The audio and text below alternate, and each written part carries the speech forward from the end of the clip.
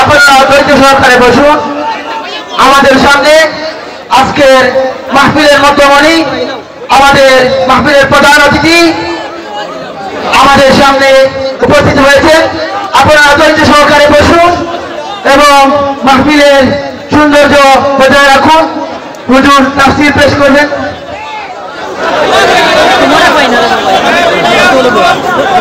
ঐতিহ্যবাহী ইনসানিয়াত ট্রাস্ট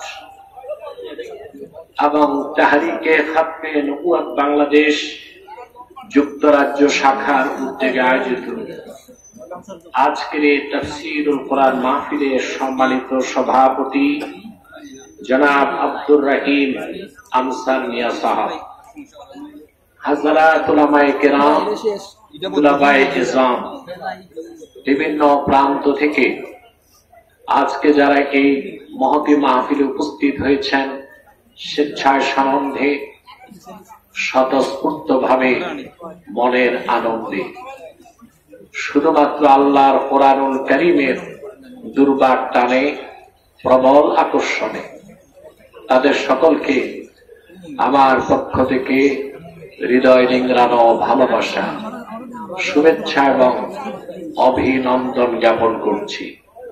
সবটুকুন শুকরিয়া আল্লাহ সুবহানাহু ওয়া তাআলার জন্য, যিনি আজকের বরকতপূর্ণ মাহফিলে আমাদেরকে আসার বসার তৌফিক মেহেরবানি করে ভিক্ষা দান করেছেন।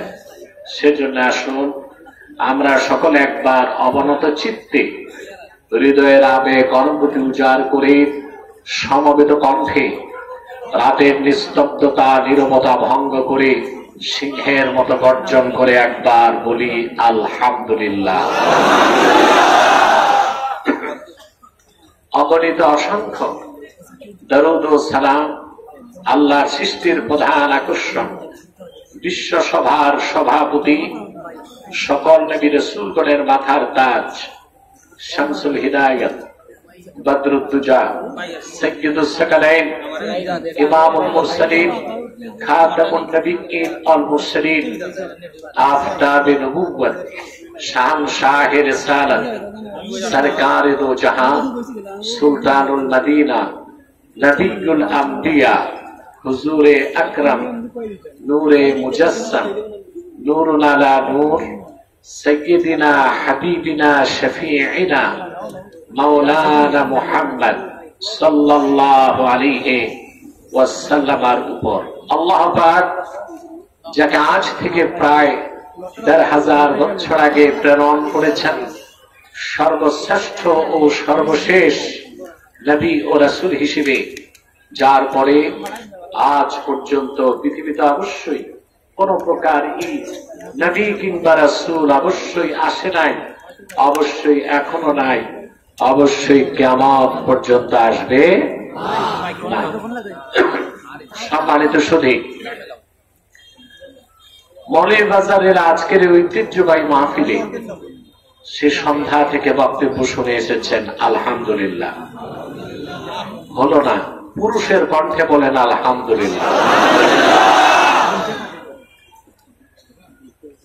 আমি চেষ্টা করেছি আগে আসার, ফ্লাইট একটু ডিলে ছিল, দেরি হয়েছে।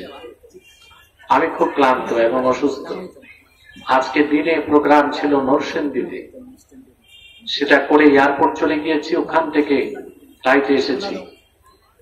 আসতে খুব শারীরিকভাবে অসুস্থতা অনুভব করেছি, কষ্ট পেয়েছি, প্রচন্ড বিষাদ নিয়ে এসেছি, কিন্তু আপনাদের এই সুন্দর চেহারাগুলো দেখে আমার সব দুঃখ দূর হয়ে গেছে আলহামদুলিল্লাহ। সম্মানিত সুধী, আপনাদের ইহকালীন কল্যাণ এবং পরকালীন মুক্তির লক্ষ্যে কিছু দিক নির্দেশনামূলক বক্তব্য প্রদান করার জন্য কোরআনুল কারীম সূরাতুল মায়েদা থেকে ৫৫ এবং ৫৬ দুটো আয়াত আমি তেলাওয়াত করেছি। এই দুটো আয়াতকে কেন্দ্র করে নির্ভরযোগ্য মুফাসসির এবং মুহাদ্দিসগণের দৃষ্টিকোণ থেকে কিছু কথা আপনাদের সামনে তুলে ধরার চেষ্টা করব ইনশাআল্লাহ। আলোচনার প্রারম্ভে একটি কথা যা না বললেই নয়। আমরা এখানে যারা এসেছি আসার পেছনে পার্থিব, জাগতিক, আর্থিক কিংবা রাজনৈতিক কোন স্বার্থ আমাদের নেই, আছে? আমরা শুধু এসেছি আল্লাহ তার হাবিবের রেজামন্দি হাসিল করার জন্য, ইহকালীন কল্যাণ এবং পরকালীন মুক্তির পাথেও সঞ্চয় করার জন্য। বলেন আলহামদুলিল্লাহ। মানুষ যখন কোরআন কারীম শোনার জন্য আসে, যতক্ষণ বসে থাকে তার অন্তর রোগ মুক্ত হয়, পবিত্র থেকে পবিত্র হতে থাকে। বলেন সুবহানাল্লাহ।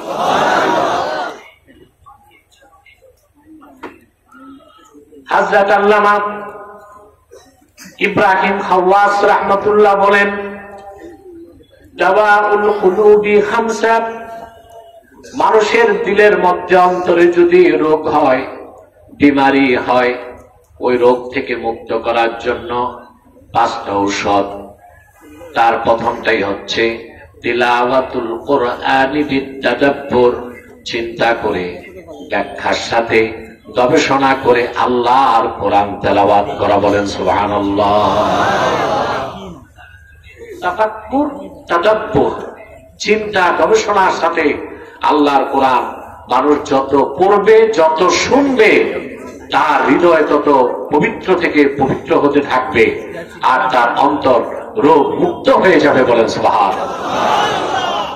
এতে আমরা খুশি না বেজার? খাদ্য 2 প্রকার। কয় প্রকার? তোমরা মাতো না কেন ভাই? আমি কি কবরস্থানে না মাটিলে? এটা বুঝতে তো হবে, আমাকে সাপোর্ট দিতে হবে, এনভায়রনমেন্ট সাপোর্ট লাগবে আমার। পারবেন না? সিলেটে রাতে আসলে তো আমি অনেক দেরিতে আসি, তবে সিলেটে এখন কয়েক বছর যাবত দিনেই প্রোগ্রাম বেশি করি।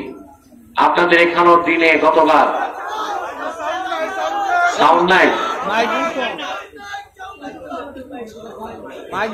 মাইক প্যান কোথায়? এখানে এখানে হর্নটা বাজতে হবে।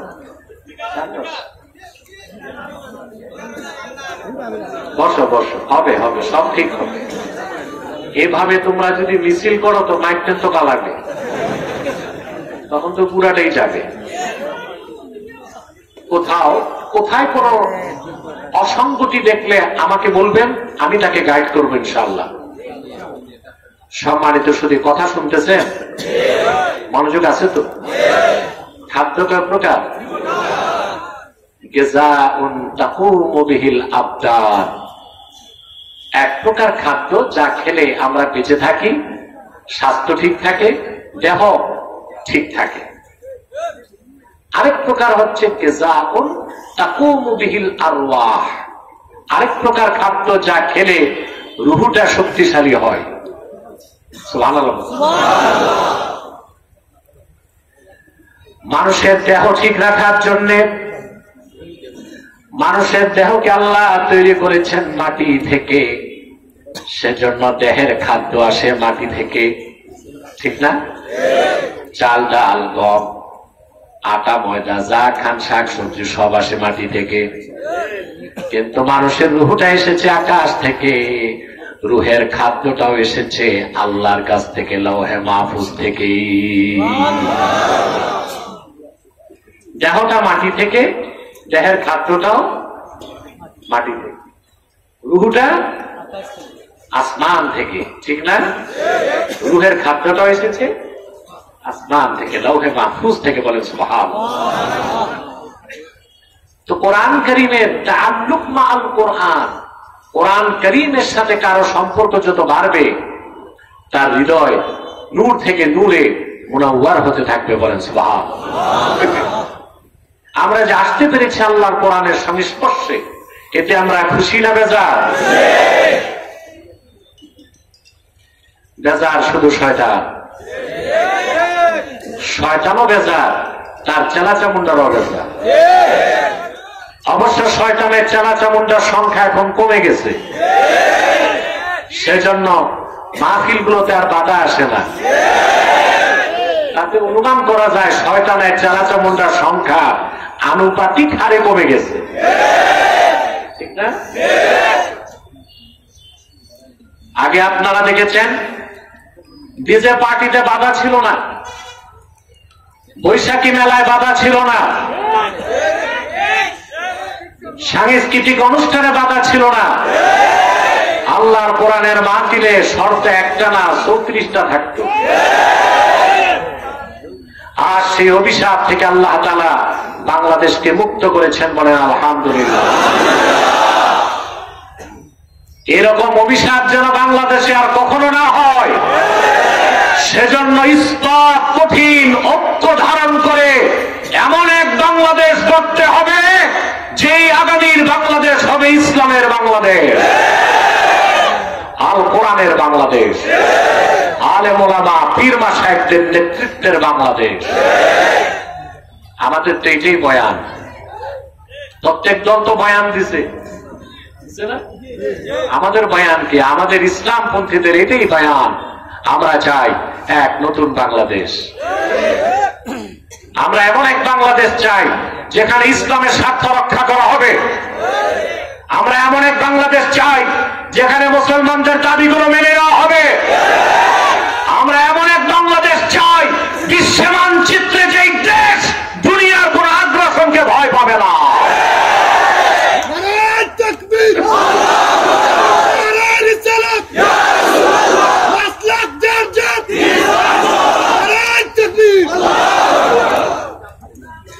সম্মানিত সুধী, তাহলে শয়তান রেজা আজকে বিশাল জনতাকে নিয়ে আমরা মোনাজাত করবো একটু পরে ইনশাআল্লাহ।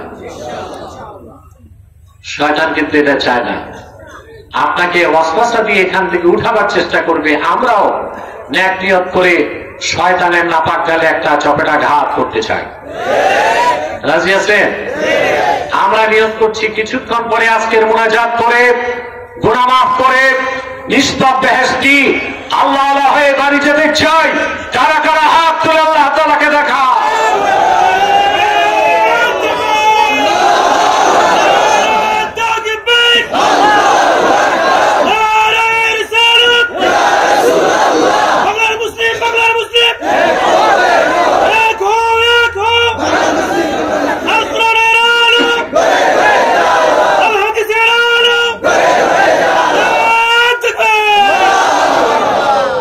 সম্মানিত সুধী, আমি মূল আলোচনায় প্রবেশ করছি।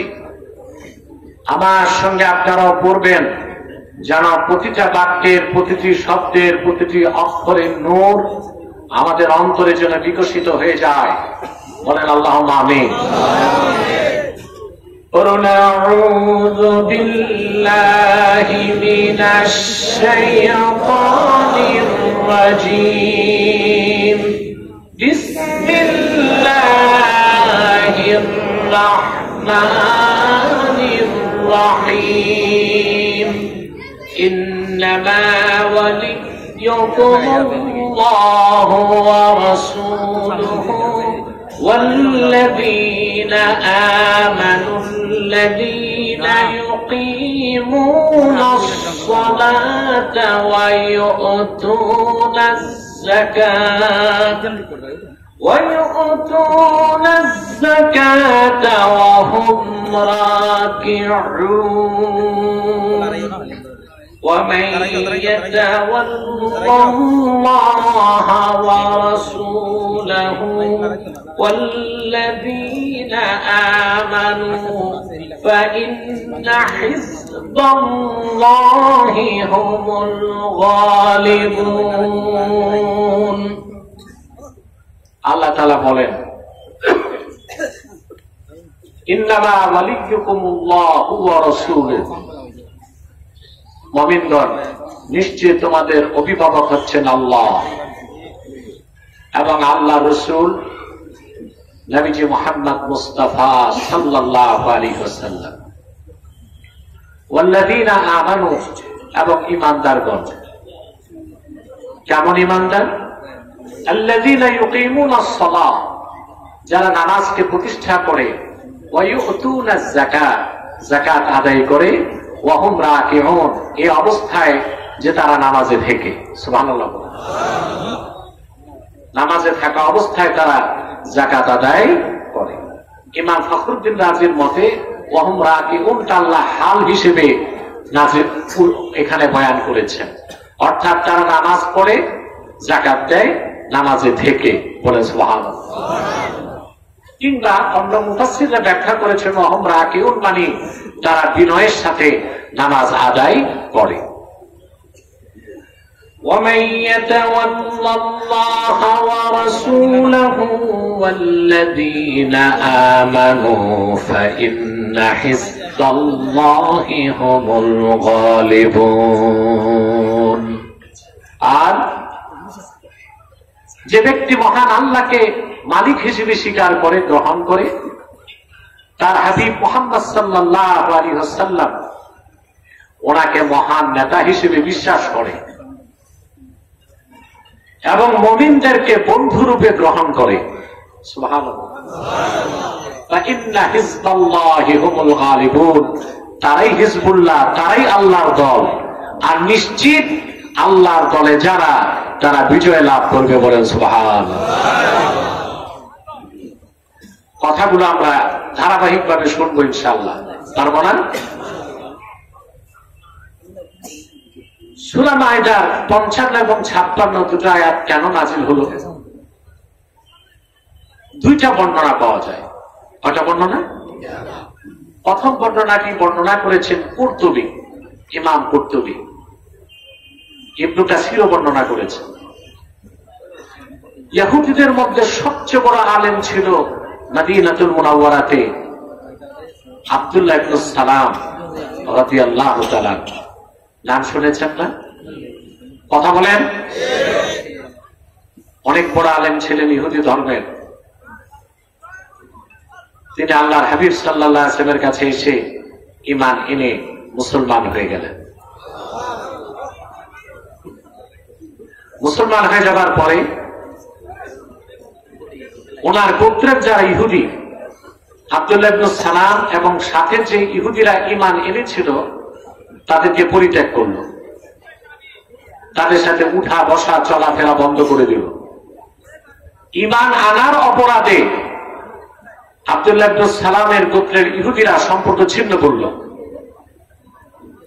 তিনি এসে আল্লাহর হাবিবের কাছে দুঃখ করে বলতে লাগলেন, ইয়া রাসূলুল্লাহ সাল্লাল্লাহু আলাইহি সাল্লাম, ইন্না কওমানা হাজারুনা ওয়া আহাদু আল্লা ইউজালিসুনা।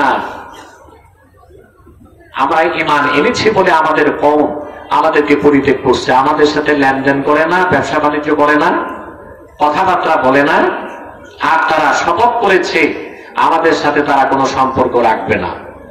কথা শুনতেছেন? আল্লাহ রাব্বুল আলামিন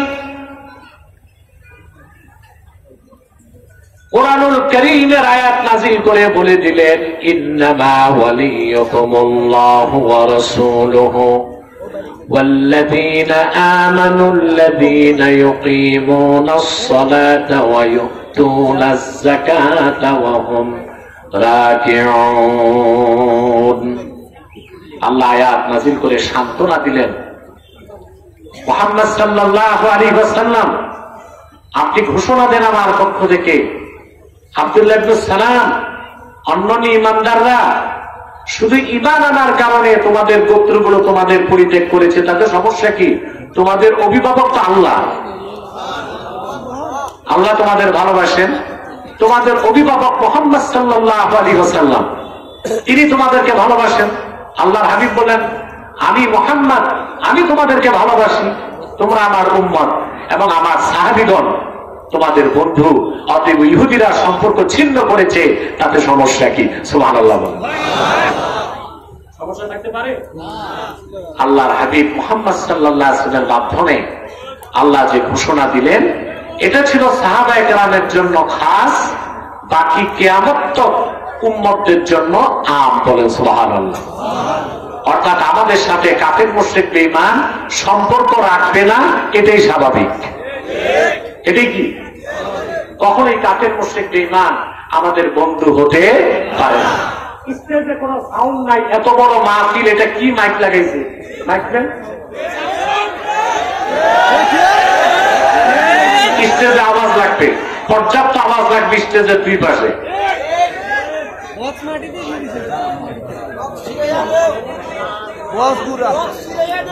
বসেন, বসেন।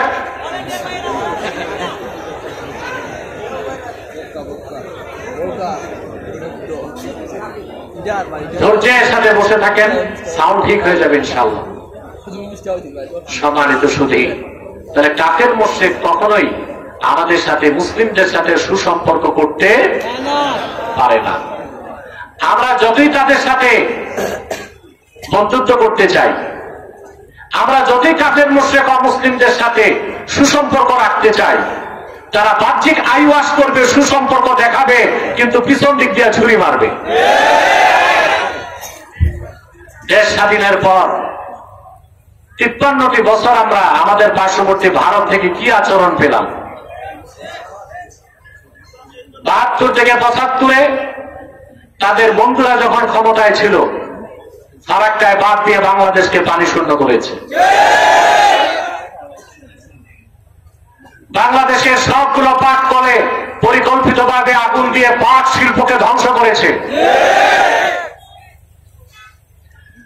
অন্যরা যখনই ক্ষমতায় গিয়েছে, লাগাতার হরতাল দিয়ে ভারতের রয়ের এজেন্টরা বাংলাদেশের শিল্প এবং ব্যবসাকে ধ্বংস করেছে। সীমান্তে হাজারো ফ্যান্সিডিল কোম্পানি দিয়ে ফ্যান্সিডিল তৈরি করে আমার যুব সমাজকে ধ্বংস করার চেষ্টা করেছে।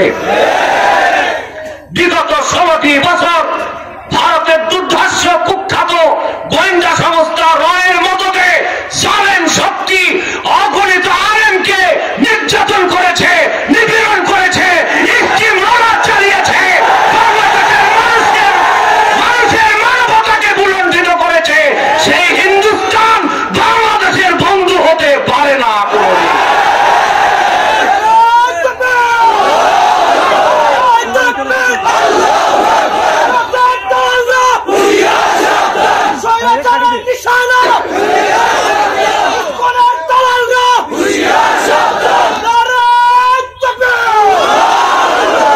সম্মানিত সুধী, জালেমদেরকে বিতাড়িত করেছেন, কিন্তু জালেমদেরকে যারা লালন পালন করেছে তাদের সাথে সম্পর্ক করা যাবে না। ব্যবসায়িক সম্পর্ক হইতে পারে, বন্ধুত্বের সম্পর্ক হতে পারে না, ভাতৃপ্রতিম সম্পর্ক হতে পারে না। পারে? কাফের মুশরিক কখনো মুসলমানের ভালো চাইতে সম্পর্ক রাখতে পারে না। এটা ভারত হোক, আমেরিকা হোক, ইসরায়েল হোক, ব্রিটেন হোক, কখনোই তারা মুসলিমদের ভালো চাইতে পারে না। 1000 বছর আগ থেকে আজ পর্যন্ত ইতিহাস এটাই আমাদেরকে বারবার প্রমাণ দেয়। এবার শানে নজরুল আরেকটা এসেছে, সেটা শোনাচ্ছি। ইমাম রাজি তাফসীর কবীরে, কুরতুবী তার তাফসীরে, ইবনে আবি সাউদ তার তাফসীরে, বাহরুল মুহিতে, অসংখ্য তাফসীরের কিতাবে হাদিসটি এসেছে এবং হাদিসটিকে ইমাম জালালউদ্দিন সুয়ুতী রাহমাতুল্লাহ আল হামিলুল ফাতাওয়া কিতাবের মধ্যে উল্লেখ করেছেন। শুনতেছেন? মনোযোগ আছে তো? হযরত আলী রাদিয়াল্লাহু তাআলা আনহু তিনি একদিন মসজিদ নববী সাল্লাল্লাহু আলাইহি সাল্লামে নামাজ পড়তেছিলেন। নামাজটা ছিল নফল নামাজ। এমন সময় ভিক্ষুক এসে হযরত আলীর কাছে ভিক্ষা চাইলেন।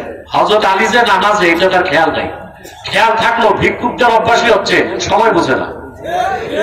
এখন দেখেন না, হাত পেতে বসে থাকে, ও আর দেখে না একে অ্যাম্বুলেন্সে রুগী আছে না গাড়িতে কোনো দুলামি আছে, হাত পেতে।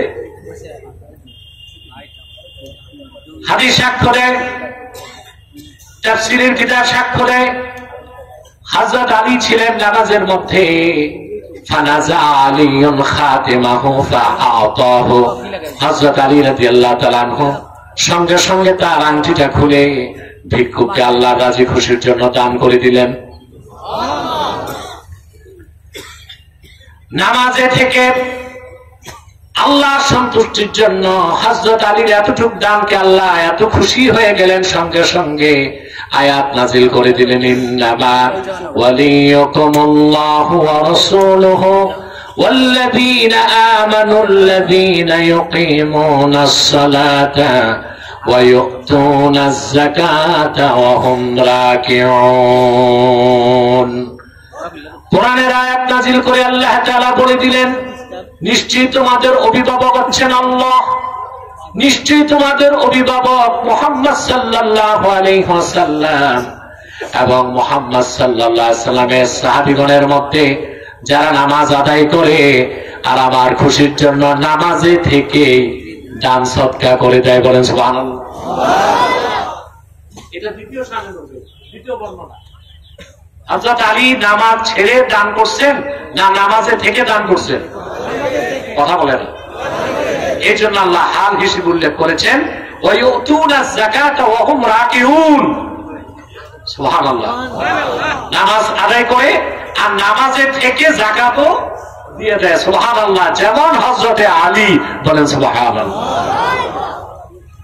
আয়াত থেকে আল্লাহর হাবিব বুঝতে পারলেন যে আমার একজন সাহাবী দান করেছে আর একজন সাহাবী গ্রহণ করছে। রাসূল করিম সাল্লাল্লাহু আলাইহি সাল্লাম মসজিদ নববীতে খুঁজতেছেন এই লোক দুইজন কোথায়। আল্লাহর হাবিব দেখলেন মসজিদ নববীর দরজা থেকে এক ভিক্ষুক বেরিয়ে যাচ্ছে। আল্লাহর হাবিব তাকে জিজ্ঞেস করলেন, হাল আ'তাকা আহাদুন শাইআ, আমার কোন সাহাবী কি তোমাকে কিছু দান করছে নাকি? সুবহানাল্লাহ। ইমাম রাজি তাফসীর কবিরে নকল করেন, ফাআশারা ইলা আলিয়্যিন ফাকালা যাকা আর-রাজুল ইয়া রাসূলুল্লাহ। হযরত আলীর নামাজ তখনও শেষ হয় নাই, ভিক্ষুক তখনও বেরিয়ে যায় নাই, কোরআনের আয়াত তো নাজিল হয়ে গেল। ভিক্ষুক দেখায় দিলেন, ইয়া রাসূলুল্লাহ সাল্লাল্লাহু আলাইহি সাল্লাম, ওই যে আপনার মেয়ে ফাতেমার স্বামী আলী নামাজ পড়ছে, নামাজে আমি তার কাছে ভিক্ষা চেয়েছি, নামাজ শেষ করার আগে তিনি আমার তার আংটি খুলে দান করে দিয়েছেন। আমি শানে নজুল দুইটাই আপনাদেরকে শোনালাম, কথা বুঝতেছেন? তবে অধিক সংখ্যক তাফসীরে দ্বিতীয় শানে নজুলটাই আমি পেয়েছি, সেটা হচ্ছে এখানে আল্লাহর হাবিবের সাহাবীদের কথাই আল্লাহ তুলে ধরেছেন, বিশেষ করে হযরত আলীর কথা, বলেন সুবহানাল্লাহ। আলীর কথা, হযরত আলী যে আমাদের অভিভাবক, সন্দেহ আছে? সাহাবায়ে কেরামের মধ্যে জুজই কুল্লি ফাজিলাত সবচেয়ে বেশি মর্যাদা হযরত আবু বকরের, তারপরে মর্যাদা হযরত ওমর, তারপরে হযরত ওসমান, তারপরে হযরতে আলী। কিন্তু জুজই ফাজিলাতের দিক দিয়া হযরত আলীর মর্যাদা অনেক বেশি একটা ক্ষেত্রে, সেটা হচ্ছে রাসূলুল্লাহ সাহাবীগণের মধ্যে আল্লাহর হাবিবের নূরের কদম থেকে ইলমে মারিফতের সবচেয়ে বড় খনি হযরত আলী অর্জন করেছেন, বলেন সুবহানাল্লাহ। একটি নয়, দুইটি নয়, 127টি তরিকার গোড়া হযরতে আলী, সুবহানাল্লাহ। কতটা? 127টা তরিকা হযরত আলী পর্যন্ত পৌঁছেছে। ইলমে মারিফাতের নূর সারা দুনিয়ায় হযরত আলীর মাধ্যমে আল্লাহ তাআলা ছড়াই দিয়েছেন, বলেন সুবহানাল্লাহ। এই জন্য হযরত আলী হচ্ছেন আমাদের অভিভাবক, তাসাউফ এবং তরিকতের জন্য, বলেন সুবহানাল্লাহ। এখন আসেন আমরা একটু শাব্দিক ব্যাখ্যা করছি। আল্লাহ তাআলা বলেছেন, ইন্নামা ওয়ালিয়ুকুমুল্লাহ ওয়া রাসূলুহু, তোমাদের ওলি হচ্ছেন আল্লাহ, তোমাদের ওলি হচ্ছেন মুহাম্মদ সাল্লাল্লাহু আলাইহি সাল্লাম। এখন ওলি শব্দের অর্থ কি এটা বুঝতে হবে, বুঝতে হবে না? আমরা ওলি বলতে মনে করি সব পীর সাহেব ওলি, এটা মনে করি না? কথা বলেন। যিনি পিলারি করে আর যার মুরিদ আছে ওনাকে আমরা মনে করি কি ওলি, আর আমরা নিজেদেরকে ওলি মনে, কথা বলেন, আসলে ওলিদেরকে যতটুকু ভক্তি করি আমরা, নিজেরা ওলি হওয়ার চেষ্টা যদি 10 ভাগের 1 ভাগ করতাম, আমরা প্রত্যেক ইমানদার আল্লাহ তাআলার এক একজন ওলি হয়ে যেতে পারতাম, ঠিক না? ওলি শব্দের 3টা অর্থ, কয়টা? জোরে বলেন। ওলি শব্দের একটা অর্থ সাহায্যকারী, একটা অর্থ কি? আল্লাহ রাব্বুল আলামিন বলেন, ইন্না ওয়ালিয়াল্লাহুল্লাযী নাযালাল কিতাবা ওয়া হুয়া ইয়াতাওয়াল্লাস সালিহিন। ইন্না ওয়ালিয়াল্লাহ, নিশ্চয় আমার ওলি হচ্ছেন আল্লাহ। এখানে ওলি অর্থ সাহায্যকারী, অর্থাৎ আমার সাহায্যকারী হচ্ছেন আমার আল্লাহ, যিনি কোরআন নাজিল করেছেন আর যিনি নেককার বান্দাদেরকে পৃষ্ঠপোষকতা দিয়ে থাকেন, বলেন সুবহানাল্লাহ। ওলি শব্দের আরেকটা অর্থ হচ্ছে অভিভাবক। আরেকটা অর্থ কি? যেটা বলেন, এখানে ওলি অর্থ অভিভাবক। ওলি শব্দের আরেকটা অর্থ হচ্ছে মুহিব্বুন, বন্ধু। কি? যেমন আল্লাহ তাআলা বলেন কোরআন কারীমে, আলা ইন্না আউলিয়া আল্লাহি লা খাউফুন আলাইহিম ওয়া লা হুম ইয়াহজানুন আল্লাযীনা আমানু ওয়া কানু ইয়াত্তাকুন। আল্লাহ রাব্বুল আলামিন বলেন, নিশ্চয়ই যারা আল্লাহর ওলি তাদের কোনো ভয় নাই, তাদের কোনো চিন্তা নাই। সুবহানাল্লাহ বলবেন না? মানুষের ভয় আর চিন্তা আছে কিনা? কথা বলেন। আপনাদের আছে? মুমিন তো কোনো ভয় থাকতে পারে না, মুমিন কাউকে ভয় পেতে পারে না আল্লাহকে ছাড়া। মুমিনের কোনো চিন্তাও থাকতে পারে না, কারণ সে জানে দুনিয়াতে যা সে কম পাবে আখিরাতে বহুগুণ বেশি পাবে। কিন্তু পৃথিবীতে যারা সুপার পাওয়ার, সম্পদের অভাব নেই, অস্ত্রের অভাব নেই, টাকার অভাব নেই, সব আছে, কিন্তু ওদের যত আছে তত ভয় আছে, তত চিন্তাও আছে। আপনারা তো বাংলাদেশের গরিব মানুষ, ডাল ভাত খেয়ে সুখেই আছেন, কিন্তু আমেরিকা, ইউরোপ সর্বক্ষণ থার্ড ওয়ার্ল্ড ওয়ার, তৃতীয় বিশ্বযুদ্ধের চিন্তায় ওদের ঘুম তো হারাম হয়ে যাচ্ছে। হারাম হচ্ছে না? এখন আমেরিকা, ইউক্রেন, রাশিয়া এবং ইউক্রেন যুদ্ধ চলছে। যে কোনো সময় এটা third world war, nuclear attack, পারমাণবিক যুদ্ধের রূপ নিতে পারে। আর এর জন্য রাশিয়া দায়ী থাকবে না, দায়ী হবে আমেরিকা। এই পৃথিবীতে যত জায়গায় অশান্তি হচ্ছে, বিশৃঙ্খলা হচ্ছে, রক্তপাত হচ্ছে, জেনোসাইড হচ্ছে, গণহত্যা হচ্ছে, কি ইসরায়েলে, ফিলিস্তিনে, সিরিয়াতে, আফগানিস্তানে আর ওইদিকে ইউক্রেনে, তার সব কিছুর পিছনে পশ্চিমাদের সাম্রাজ্যবাদ দায়ী। নেতৃত্বে আমেরিকা, নেতৃত্বে আমেরিকা। ওর কাজে হচ্ছে যুদ্ধ লাগাও আর অস্ত্র বেচো। যুদ্ধ লাগাও, পৃথিবীতে 100টা অস্ত্র কোম্পানির 51টাই আমেরিকাতে। দেশ আছে 200 প্রায়, অস্ত্র কোম্পানি কয়টা? 101টা। তার মধ্যে 51টাই কোথায়? আমেরিকাতে। তার মধ্যে দুনিয়ার সবচেয়ে বড় অস্ত্র কোম্পানি লকহিড মার্টিন সহ সেরা সেরা অস্ত্র কোম্পানিগুলো আমেরিকাতে। ওদের মূল আয় হচ্ছে অস্ত্র ব্যবসা। তো পৃথিবীতে যদি যুদ্ধই না থাকে তো অস্ত্র বেচবে কার কাছে? এই জন্য আমেরিকাতে এই যে স্টেট ডিপার্টমেন্ট, এরপর র্যান্ড কর্পোরেশন, এদের কাজই হচ্ছে বিভিন্ন রাষ্ট্রে যুদ্ধ লাগানো আর অস্ত্র বিক্রি করে আমেরিকার ব্যবসাকে চাঙ্গা রাখা। এজন্য সন্ত্রাসের বিরুদ্ধে যুদ্ধের কথা যুক্তরাষ্ট্রের মুখে শোভা পায় না, চোরের মার বড় গলা হয়ে যায়। ঠিক কিনা? কিন্তু ওরা ভয়তে আছে, ওরা চিন্তায় আছে, যে কোনো সময় আমেরিকা এবং রাশিয়ার মধ্যে পারমাণবিক যুদ্ধ হতে পারে। আমরা চিন্তা করি, কারণ আমরা মহান আল্লাহকে বিশ্বাস করি, আমাদের হৃদয়ে ঈমান লালন করি, আখিরাতকে আমরা বিশ্বাস করি। আমরা জানি আল্লাহর দ্বীনের পথে ঈমান নিয়ে যদি মৃত্যুবরণ করি শাহাদাত নসিব হবে, আর যদি বিজয় লাভ করি গনিমত পাবো, সম্মান পাবো, মর্যাদা পাবো। বলেন সুবহানাল্লাহ। মুসলমান বেঁচে থাকলেও তার ক্ষতি নাই, মৃত্যুর পরও তার ক্ষতি নাই। এই জন্য আল্লাহর ওলিদের কোনো ভয় নাই, কোনো চিন্তা নাই। বলেন সুবহানাল্লাহ। এখন আল্লাহর ওলি কারা? আল্লাহ 63 নম্বর আয়াতে বলে দেন, আল্লাযীনা আমানু ওয়া কানু ইয়াত্তাকুন। ওই সব লোক আল্লাহর ওলি যারা ঈমান এনেছে আর আল্লাহকে ভয় করে হৃদয় থেকে মুত্তাকি হয়ে গেছে। বলেন সুবহানাল্লাহ। এই আয়াতের ব্যাখ্যায় ইবনে কাসির লেখেন, মান কানা মুমিনান তাকিয়া কানা লিল্লাহি ওয়ালিয়া। মুহাম্মদ সাল্লাল্লাহু আলাইহি ওয়াসাল্লামের প্রত্যেক সেই উম্মত যার ঈমান আছে আর তাকওয়া আছে, সে লোকটাই আল্লাহর কাছে ওলির মর্যাদা পেয়ে গেছে। বলেন সুবহানাল্লাহ।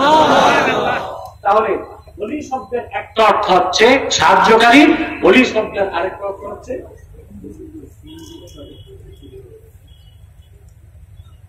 এটা বলে বলবে, এখন বলা যাবে। কথা শুনতেছেন? আহা, তোমাদের ছোট্ট ছোট হয়ে গেছে রাত বেশি হওয়াতে, না শীতে জবু তবু হইছ। আর 20 মিনিট ইনশাআল্লাহ, ঠিক আছে?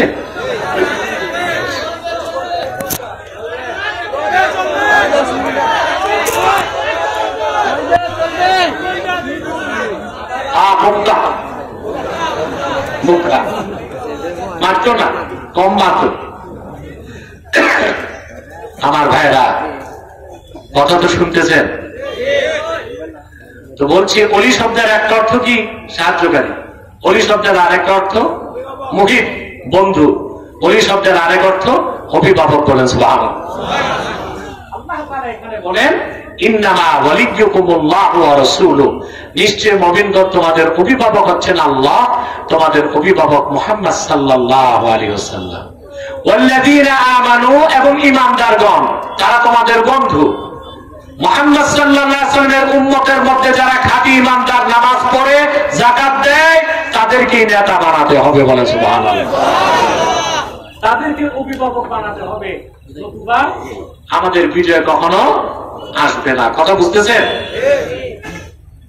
সমস্যা? বসেন, আমাকে ডিস্টার্ব করবেন না স্টেজে কেউ। সম্মানিত সুধী, তাহলে এখানে আমরা যে শিক্ষাটা নেব আজকে, প্রথম শিক্ষা, আল্লাহ আমাদের অভিভাবক, মুহাম্মদ সাল্লাল্লাহু আলাইহি ওয়াসাল্লাম আমাদের অভিভাবক, আর মুহাম্মদ সাল্লাল্লাহু আলাইহি ওয়াসাল্লামের উম্মতের মধ্যে যারা ঈমানদার, নামাজি, যাকাত দেয়, তারা হবে আমাদের নেতা। আপনাকে এইভাবে নেতা নির্বাচন করতে পারেন? কথা বলেন, পারেন না তো? ছোটায় কয়েকখান দাড়ি, মাথায় একখান টুপি, 2-4 রাকাত নামাজ পড়লে মনে করেন আপনি খালি মুসলমান হয়ে গেছেন। কিন্তু খোঁজ করলে দেখা যাবে তাবেদারি করতেছেন বেঈমান, মুনাফিক, কাফের, মুশরিক, সুদখোর, ঘুষখোর, দুর্নীতিবাজ, লম্পট, জেনাকার, জুয়াখোরদের তাবেদারি করতেছেন। এই জন্য আপনাদের ভাগ্যের পরিবর্তন হয় না। হচ্ছে আলেমদেরকে আপনারা চান ক্ষমতায় যান? জি না। আলেমদেরকে আপনারা রসমালাই খাওয়ান, টাঙ্গাইলের চমচম, মুক্তা গাছার মন্ডা, কিন্তু ভোট নাই। ভোট নাই। দেখেন না, বাংলাদেশে তো অনেক পীরও রাজনীতি করে, কিন্তু ভোট পায় পাচ্ছে না। কারণ মুরিদ হচ্ছে, মুরিদের মধ্যে হচ্ছে ডবল স্ট্যান্ডার্ড। মুরিদ দুইটা পীর বানাইছে, একটা আধ্যাত্মিক পীর আর একটা রাজনৈতিক পীর। আধ্যাত্মিক পীর যে তারে দেয় নোট, আর রাজনৈতিক পীরের দেয় ভোট। বুঝলেন নাই কথাটা? যে হচ্ছে আধ্যাত্মিক পীর তারে কি দেয়? নোট দেয়। আর যে রাজনৈতিক পীর তারে ভোট দেয়। বলে পীর সাহেবকে বলে, পীর বাবা তুম নোট সে খুশ না হো, लीडर तुम ভোট से खुश না হো। এই মুনাফিকি যতদিন বাদ না দিবেন, বাংলাদেশের সরকার আসবে আর যাবে, ক্ষমতার পালা বদল হবে, কিন্তু বাংলাদেশের মানুষের ভাগ্যের কোন পরিবর্তন হবে না। দেখে নিবেন। তাহলে ভাইরা, মহান আল্লাহর খাঁটি বান্দা হতে হবে, আল্লাহকে মালিক বলে বিশ্বাস করে, আল্লাহর হাবিব মুহাম্মদ সাল্লাল্লাহু আলাইহি সাল্লামের আশিক উম্মত হতে হবে। আর মুহাম্মদ সাল্লাল্লাহু আলাইহি সাল্লামের উম্মতের মধ্যে যারা ঈমানদার, 5 ওয়াক্ত নামাজ আদায় করে, যাকাত দেয়, শরীয়ত মোতাবেক চলে, তাদের নেতৃত্ব গ্রহণ করতে হবে। ঠিক কিনা বলেন? কথা বুঝতেছেন? তাদেরকে অভিভাবক বানাতে হবে, তাদেরকে নেতা বানাতে হবে, তাদের নেতৃত্ব গ্রহণ করতে হবে, তাদের অনুসরণ করতে হবে। এই ক্ষেত্রে আমরা বাংলাদেশের মুসলমান ব্যর্থতার পরিচয় দিয়েছি। আজ বাংলাদেশে 3 লক্ষের উপর মসজিদ আছে, 10,000-এর উপর মাদ্রাসা আছে, পীর মাশায়েখের অভাব নাই। আমি আগেও বলেছিলাম, সরকার জরিপ করে দেখছে বাংলাদেশে 1,98,000 পীর আছে। বড় পীর, ছোট পীর, মাঝারি পীর সব মিলায়া কত আছে? 1,98,000 পীর বাংলাদেশে আছে। মুরিদের তো কোনো অভাব নাই। এই লাখ লাখ মসজিদ, হাজার হাজার মাদ্রাসা, আর এত মুসলমান আমরা থাকার পরেও দেশ স্বাধীনের 53 বছরও আল্লাহ শরীয়তের পক্ষে, দ্বীন ইসলামের পক্ষে একটা আইন আমরা পাস করতে পারি নাই। আমাদের ট্যাক্স, আমাদের ভ্যাট, আমাদের রক্ত পানি করা ঘামের পয়সায় যারা ক্ষমতায় যায়, তারা জীবনযাপন করে, বিলাসবহুল গাড়িতে থাকে, বাংলো বাড়িতে থাকে, সরকারি সুবিধা নেয় আমাদের রক্ত পানি করা ঘামের পয়সায়। আর আমরা মুসলমান যখন দিনের পক্ষে রাজপথে নামি, আমার রক্ত পানি করা ঘামের পয়সায় কেনা বুলেট আমার সিনায় নিক্ষেপ করা হয়। আমাদেরকে এবার ঘুরে দাঁড়াতে হবে। আমি বহুবার বলেছি, বাংলাদেশে 50 বছরে যে চান্স এসেছে, আমরা যদি ওলামায়ে কেরাম ঐক্যবদ্ধ, আমাদের মধ্যে হিংসা থাকতে হবে। বড় দলগুলো মনে করবে আমরা তো গোছাই ফেলছি আর কি, ছোটদেরকে বাদ দিবে না। ছোটরা কিন্তু ঠ্যাং ধরে রাখলে বড়রা কিছু করতে পারবে না। আমাদেরকে যদি বাংলাদেশে এইবার আমাদের হাত ছাড়া হয় সুযোগ, আগামী 50 বছরের সুযোগ আর আমাদের না আসতে পারে। সেজন্য আমি আগেও বলেছি, আজও বলছি, সিলেটের মুসলমান, আমাদের বাংলাদেশে ওলামায়ে কেরামের দুইটা ঐক্য লাগবে, একটা রাজনৈতিক ঐক্য আর একটা অরাজনৈতিক ঐক্য। রাজনৈতিক ঐক্য আর অরাজনৈতিক ঐক্য, মাসলাক যার যার, দিন ইসলাম সবার, এই স্লোগানকে সমুন্নত রেখে আমরা যদি এক হতে পারি, বাংলাদেশে ইসলামের পক্ষে যে অভ্যুত্থান হবে, ওই রকম অভ্যুত্থান পৃথিবীর মানুষ ইতিহাসে দেখে নাই। ঠিক কিনা? কিন্তু আমরা সমস্যা করে ফেলি যে আমরা আমাদেরকে যারা নেতৃত্ব দিবে তাদেরকে চিন্তা আমরা ভুল করে থাকি। ঠিক কিনা বলেন? ভুল করি না? তারা ইমানদার কিনা, তাদের আকীদা ঠিক আছে কিনা, শুধু দাড়ি টুপি জুব্বা কুর্তা দেখলেই হবে না, আকীদা সহি কিনা, আহলুস সুন্নাহ জামাতের আকীদায় বিশ্বাসী কিনা এটাও দেখতে হবে, নামাজ পড়ে কিনা এটা দেখতে হবে, যাকাত আদায় করে কিনা এটা দেখতে হবে, শরীয়ত মোতাবেক চলে কিনা এটা দেখতে হবে। এদিকে আমরা দেখি না, কথা বলে না। কারণ আপনি যাকে ইমাম বানাবেন, নেতা বানাবেন, তাকে আপনাকে যাচাই বাছাই করতে হবে। ঠিক কিনা বলেন? অবশ্য আপনারা যাচাই বাছাই করেন মসজিদের ইমাম রাখতে গেলে, সার্কুলেশন দেয় 1 মাস, পত্রিকা সার্কুলেশন, ইমাম রাখা হবে। কিরকম শর্ত? হচ্ছে হাফেজ, কারি, মুফতি, কামেল পাস, দাওরায়ে হাদিস, মাস্টার্স, অনার্স হলে ভালো হয়। সুন্দর কণ্ঠ, হ্যাঁ এটাও থাকে। দিবাই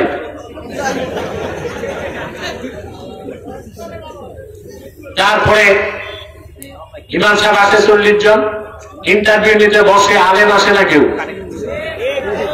আল্লামা সভাপতি আর আল্লামা সেক্রেটারি।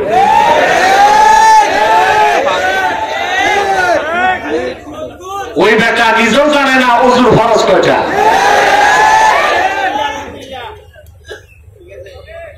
এক মূর্খ সভাপতি ইমামকে জিজ্ঞেস করে ওযুর ফরজ কয়টা? ইমাম সাহেব বলছে 4টা। ইমাম সাহেব জিজ্ঞেস করছে, সভাপতি তো মূর্খ মানুষ, যে বলেন তো আপনি গোসলের ফরজ কয়টা? 8টা। এইটা কেন? ওযু ছোট, এটা 4টা, গোসল বড়, এটা 8টা হয়। এরকম ওযুর ফরজ কয়টা, গোসলের ফরজ কয়টা যার জ্ঞান নাই, সে আলেমদের ইন্টারভিউ দেয়। ইমাম রাখার সময় দূরবীন দিয়ে খোঁজে কোনো খুঁত আছে কিনা। মসজিদে যে ইমামতি করে, এটা ইমামতের ছোকরা, ছোট নেতৃত্ব। দেশ আর রাষ্ট্রে যে নেতৃত্ব দেয়, ওটা ইমামতে কোবরা, বড় নেতৃত্ব। ছোট নেতা তালাশ করতে দূরবীন লাগাও, আর দেশ ও জাতির নেতৃত্বে যাদেরকে পাঠাও, তাদের ইমানটা ঠিক আছে কিনা তাও তো দেখো না তোমরা। অতএব বিপ্লব আর অভ্যুত্থান দিয়ে কি হবে? যেই সেই সেট আপ চেঞ্জ হবে, পলিসি চেঞ্জ না করলে দেশের কোনো ভবিষ্যৎ নাই। এখন চেঞ্জ হয়েছে সেট আপ, আবার নতুন সেট আপ আসবে, কিন্তু আমরা যদি পলিসি নির্ধারণ করতে না পারি, তাহলে বাংলাদেশের কোনো পরিবর্তন হবে না। আল্লাহর পবিত্র সত্তার কসম করে বলছি, আবার যারা আসবে, যদি নীতি নির্ধারণ করা না হয়, শরীয়ত মোতাবেক দেশ চালানো না হয়, আমার দেশে চুরি হবে, খুন হবে, সন্ত্রাস হবে, সহিংসতা হবে, বাংলাদেশকে রক্ষা করা সম্ভব হবে না।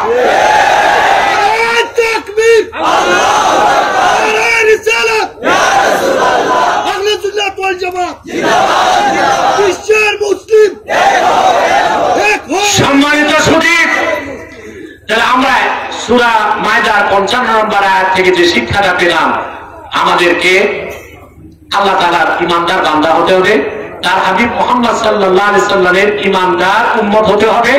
আর মুহাম্মদ সাল্লাল্লাহু আলাইহি সাল্লামের উম্মতের মধ্যে যারা ইমানদার, নামাজি, যাকাত দেয়, তাদেরকে নেতা বানাতে হবে, ঠিক কিনা? পারবো ইনশাল্লাহ? জোরে বলেন পারবো?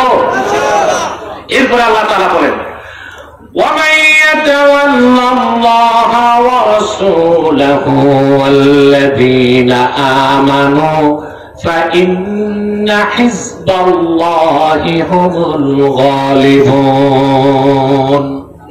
আর যারা মহান আল্লাহকে অভিভাবক হিসেবে গ্রহণ করবে, মুহাম্মদ সাল্লাল্লাহু আলাইহি সাল্লামকে অভিভাবক হিসেবে বিশ্বাস করবে, আর ইমানদার যারা তাদেরকে নেতা হিসেবে স্বীকৃতি দিবে, উম্মতে মুহাম্মদের ইমানদারদেরকে নেতা হিসেবে মেনে নিবে, আল্লাহ বলেন তারাই হিজবুল্লাহ, আল্লাহর দল। ফাইন্না হিজবাল্লাহি হুমুল গালিবুন, আল্লাহর দল অবশ্যই বিজয় লাভ করবে, বলেন সুবহানাল্লাহ। আপনি আল্লাহর দলভুক্ত হবেন আর আপনি কাফেরের হাতে মার খাবেন, এটা কোনোদিন হইতে পারে না। আবার বলছি, আপনি হিজবুল্লাহ হবেন, আল্লাহর দলভুক্ত হবেন, আর আপনি কাফের মুশরিকের হাতে মার খাবেন, এটা কোনোদিন হতে পারে না। যদি কাফের মুশরিকের হাতে মার খান, তাহলে বুঝতে হবে আপনি হিজবুল্লাহ নয়, আপনি হিজবুশ শয়তান, শয়তানের দলে আছে। কার দলে আছে? কিন্তু যদি আপনি হিজবুল্লাহ, আল্লাহর দলভুক্ত হন, খাঁটি ইমানদার হন, কোরআন সুন্নাহর আলোকে ব্যক্তি জীবন, সমাজ জীবন, রাষ্ট্র জীবন চালান, অবশ্যই আল্লাহ সাহায্য করবেন। আল্লাহ বলেন ইন তানসুরুল্লাহা ইয়ানসুরকুম ওয়া ইউসাব্বিত আকদামাকুম। যদি তোমরা মহান আল্লাহকে সাহায্য করো, তার মানে আল্লাহর দ্বীনকে সাহায্য করো, অবশ্যই আল্লাহ রাব্বুল আলামিন তোমাদেরকে সাহায্য করবেন, আর তোমাদের কদমকে আল্লাহ তাআলা দ্বীনের উপর অবিচল রাখবেন, বলেন সুবহানাল্লাহ। আল্লাহ সাহায্য কিভাবে আসে দেখেন নাই? সিরিয়াতে বাশার আল আসাদ 11 বছর নির্যাতন নিপীড়ন করলো, 5 লক্ষ মানুষকে হত্যা করেছে, অধিকাংশই ছিল সুন্নি মুসলমান। আজকে অনেকে বলতেছে বাশার আল আসাদকে সরানো ঠিক হয় নাই। ইসরায়েলের ইহুদিদের চেয়ে কোন অংশে বাশার আল আসাদ কম খারাপ ছিল না। সুন্নি মসজিদগুলোকে বন্ধ করেছে। বাশার আল আসাদের সৈন্যবাহিনী মসজিদগুলোতে ঢুকে সিগারেট পান করত। গোটা সিরিয়াতে হাজার হাজার সুন্নি আলেম, মুহাদ্দিস, মুফাসসিরকে গুলি করে হত্যা করা হয়েছে। সুন্নিদের স্ত্রী বোনদেরকে কারাগারে বন্দী রেখে গণধর্ষণ করা হতো। সুন্নি মুসলিমদের উপর রাসায়নিক অস্ত্র ব্যবহার করা হতো। আর ইসরায়েলের সাথে বাশার আল আসাদ গোপন চুক্তি করে মধ্যপ্রাচ্যকে অশান্ত করে রাখত। একদল মানুষ যারা হিজবুল্লাহ, ওইটা আমি লেবাননের হিজবুল্লাহর কথা বলছি না, ইমানদাররাই কি হিজবুল্লাহ, এরা অস্ত্র হাতে তুলে নিল। আপনারা জানেন এখন যে বিদ্রোহীদের নেতা জুলানি, নাম শুনছেন না? মাত্র 60টা বন্দুক নিয়ে তিনি জিহাদে নামছেন। এখন তাদের কাছে শত শত ট্যাঙ্ক আছে, মিসাইল ক্ষেপণাস্ত্র আছে, হাজার অস্ত্র আছে। আসলে আল্লাহ দ্বীনের জন্য নামলে আল্লাহ পথ সহজ করে দেন, এবং আমরা এটাই চিন্তা করি, আশা করি ইনশাআল্লাহ সিরিয়াতে ইসলামী শরিয়া প্রতিষ্ঠিত হওয়ার পর এই বাহিনী ইনশাআল্লাহ বাইতুল মুকাদ্দাসকে উদ্ধার করবে নাপাক ইহুদিদের হাত থেকে ইনশাআল্লাহ।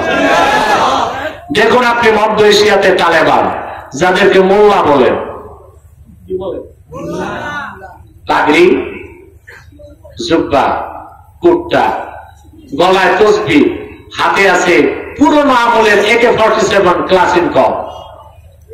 পৃথিবীর 2টা পরাশক্তিকে তারা ধরাশক্তি বানাই দিয়েছে। 14 বছর জিহাদ করছে রাশিয়ার বিরুদ্ধে, 19 বছর জিহাদ করেছে আমেরিকার বিরুদ্ধে।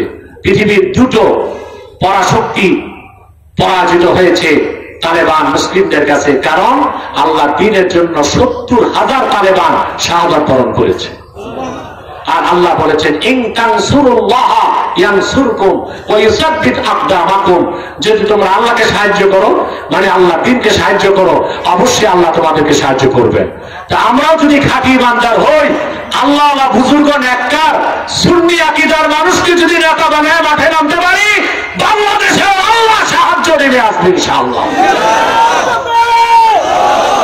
আল্লাহ দিচ্ছে না, বাংলাদেশের জান্নাত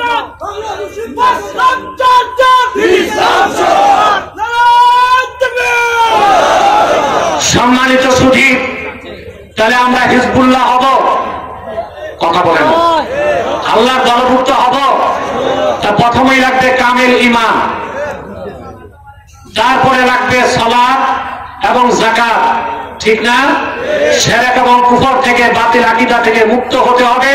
আর আমাদের সামাজিক ও রাজনৈতিক নেতৃত্বে উম্মতে মুহাম্মদীর মধ্যে যারা খাঁটি ঈমানদার তাদেরকে এগিয়ে দিতে হবে। তাহলে আমরা পরকালে মুক্তি পাবো, দুনিয়াতে কল্যাণ পাবো। আর আমরা তখনই বাংলাদেশকে একটি স্বাধীন, সুন্দর, উন্নত বাংলাদেশ হিসেবে গঠন করতে পারবো ইনশাআল্লাহ। এখন তো আমরা কিভাবে একটি সুন্দর বাংলাদেশ গঠন করব? ভাই, আমাদের রাজনীতিতে তো শিরক ঢুকে আছে। কথা বলেন। বাংলাদেশে 75% ভোটার, কত? 75% ভোটারের আকীদা হচ্ছে সার্বভৌমত্বের মালিক জনগণ।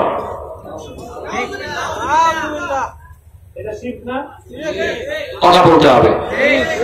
শিরকে আসগার না শিরকে আকবার?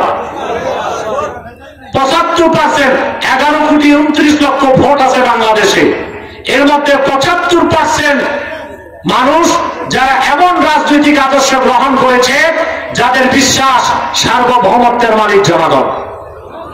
মুসলমানের রাজনৈতিক বিশ্বাস হচ্ছে সার্বভৌমত্বের মালিক জনগণ নয়। ইনিল হুকমু ইল্লা লিল্লাহ, সার্বভৌমত্বের মালিক একমাত্র আল্লাহ তাআলা। আপনারা দাবিদারি করছেন এমন সব মানুষদের যাদের আকীদায় শিরক আছে, যাদের আকীদায় কুফর আছে, যারা শরীয়ত আইনকে বিশ্বাস করে না, ব্যক্তিগত জীবনে নামাজ পড়ে না, চুরি করে, দেশের সম্পদ চুরি করে, লুণ্ঠন করে, শোষণ করে, বেগম পাড়ায় পাচার করে। যেগুলো ধরা খায় জেলে গেছে, এগুলো না জেলের মধ্যে আছে, ওদের বউ বাচ্চাগুলো কিন্তু আনন্দেই আছে। ব্রিটেনে, আমেরিকায়, আর কিছু যে জায়গা রয়েছে ভারতে। ভারতে যাওয়াটা ঠিক করে, ওরাই তো না খাইয়া মরে। এখান থেকে যারা পালায় গেছে ওদেরকে দিবে কোত্থেকে? আমার বাংলাদেশের মুসলমান কলকাতায় না গেলে গোটা কলকাতায় তো অচল হয়ে যায়। আমরা দেই, ওরা খায়। আমরা দেই, যখন ওরা হুমকি দিল বাংলাদেশে শান্তি বাহিনী পাঠাবার কথা বলছে, শুনছেন না আপনারা? ওই দেশের মুখ্যমন্ত্রী বলছে, এটা মুখ্যমন্ত্রী না মূর্খমন্ত্রী। এটা মহিলা তো, মহিলা তো এমনি জ্ঞান কম, আকল কম। ও বুঝতে পারে নাই বাংলাদেশে 14 কোটি মুসলমান শাহজালালের উত্তরসূরি, শাহ ফরহানের উত্তরসূরি, শাহ মাকতুমের উত্তরসূরি, শাহ কেরামত আলী জনপুরের উত্তরসূরি। ভারত, আমেরিকা, ইসরায়েলকে ভয় পায় না, দেশের স্বাধীনতা রক্ষায় 14 কোটি মুসলমান 28 কোটি হাতে লাঠি তুলে নেবে ইনশাআল্লাহ।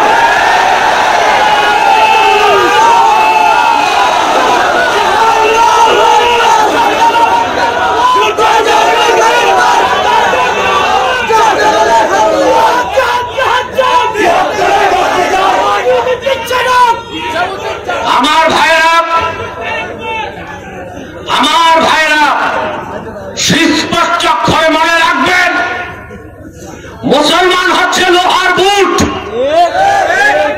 এটাকে চালন করার কোন দাঁত পৃথিবীতে নয়। মুসলমান জীবন দিতে পারে, ঈমান দিতে পারে না। ঈমান রক্ষায় সে তার গর্দানকে উৎসর্গ করে ঈমানকে টিকিয়ে রাখে। হিন্দুস্তানকে আগেও আমি সাবধান করছি, দেখছেন না? ওই মহিলা মুখ্যমন্ত্রী বক্তব্যের 2 ঘন্টা পর আমার বক্তব্য গেছে। এটা আমি বলে দিচ্ছি। তো আমার বক্তব্যের পর দেখছেন আপনারা কলকাতায় ওদের কিছু সাংবাদিক আছে পাগল। তা আমি ভাবছিলাম একটা সাংবাদিকই পাগল, পরে দেখছি না যা আছে সবই পাগল। পশ্চিম বাংলায় সবগুলো চ্যানেল আমার বিরুদ্ধে নিউজ করছে, দেখছেন না আপনারা? খুব হইচই করছে। আমি সরকারকে পরামর্শ দিয়েছিলাম 3টা নীতি বাস্তবায়ন করতে। আমি বলেছিলাম লালমনিরহাটে এয়ারবেস করেন, ওরা আমাদের দিকে হাত বাড়াবে, আমরা চিকেন নেক কেটে 7 সিস্টার আলাদা করে দেব। আমি বলেছি চায়নার সাথে প্রতিরক্ষা চুক্তি করেন, শত্রুকে বন্ধু বানান। আমি বলেছি আলু পেঁয়াজ, নিম্নমানের ভারতীয় আলু পেঁয়াজ আমাদের দরকার নাই, অন্যান্য রাষ্ট্র থেকে বাণিজ্যিক সম্পর্ক করা হোক। আমার দেশের রুগী যাওয়া বন্ধ হয়েছে, কলকাতার ডাক্তাররা বসে বাংলাদেশের মানুষের ক্ষমা চাইতেছে, ওহে দেবতারা আসুন, আমরা 10% ডিসকাউন্টে ট্রিটমেন্ট করে দিব। মুসলমান, আপনারা আপনাদের পলিসি নির্ধারণ করতে হবে, আপনারা কি করবেন। রাজনীতিবিদদের তো আমি আমার অবস্থান থেকে পরামর্শ দিই, কিন্তু সরকার আমাকে ডাকলে আমি একটু দূরে থাকি। কেন দূরে থাকি? তার একটা আমার ফিলোসফি আছে, সেটা হচ্ছে যে সরকার আমার কথা শুনবে, গ্যারেন্টি যদি আমি পাই তো 70 বার তার দরজায় দৌড়ে যাব। এটা আমার কথা শুনবে না, আমাকে নিয়ে ট্যাগ মেরে দিবে, এটা আমি চাই না। তাহলে দূর থেকে পরামর্শ দিব, সেটাই ভালো। 16 বছর আপনারা দেখেছেন বাংলাদেশের অনেক মৌলবী জালেমের দালালি করেছে হালুয়া রুটির ভাগ নিতে, করে নাই? এই মৌলবীরা কোথায়? ওদের আম্মাজান পালাইছে, সন্তানগুলোর খবর না। আম্মাজান গেছে স্বামীর বাড়ি।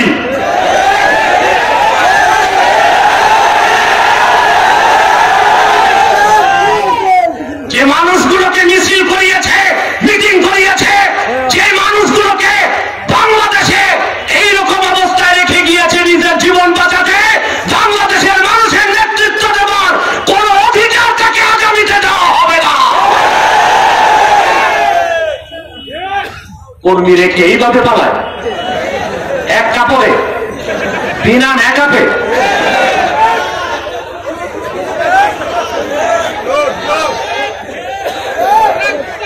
আপনারা কাদের পিছে চলেন?